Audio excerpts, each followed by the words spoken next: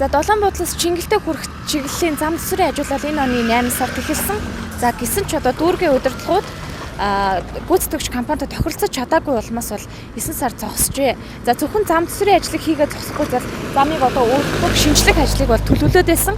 За гэвч одоо энэ ондоо багтаж шин замтай болж чадахгүй нэ гэдэг гомдлыг Чингэлтэй дүүргийн иргэд хэлж байна. За үүнээс гадна бол одоо замын хажуугаар цацсан сул хайрах шороо бол хүүхдүүд рүү үсрэх, толгойг нь хаалгах ийм бэрхшээлүүд бас тулгарч байна. Үүнээс гадна маш их шороо босдог боллоо гэсэн гомдлыг Чингэлтэй дүүргийн иргэд хэлж байна.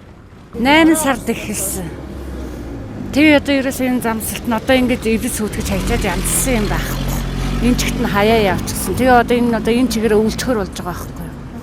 Тэгэл энэ олон энэ өксөөрч ингээл энэ машинууд ч найсааш ингээл хамаагүй явж байгаа. Тэгээд энэ яг сургуульд одоо яг энэ бага насны энэ хүүхдүүд нь зам гарахад их хэцүү байгаа.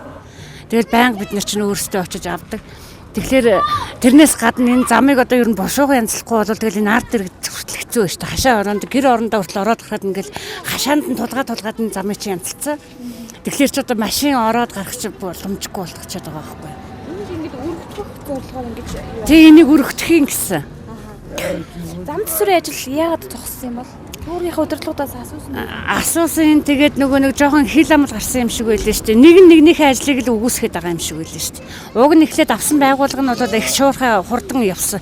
Энэ миний чинь тэгшлээд их хурдан явсан.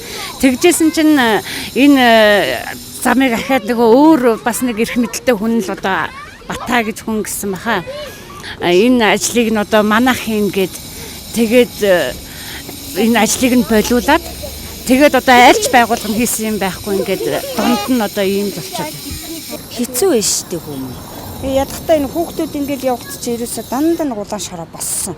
Ерөөсө нэг тэгэл говтоо суунаар үс толгой нэг бүр нэг цайрсан ийм л гачин юм л ирж байна. Тэгээд энэ машинууд чинь ерөөсө энэ амир өвөн товон болцсон замаараа явж чадахгүй.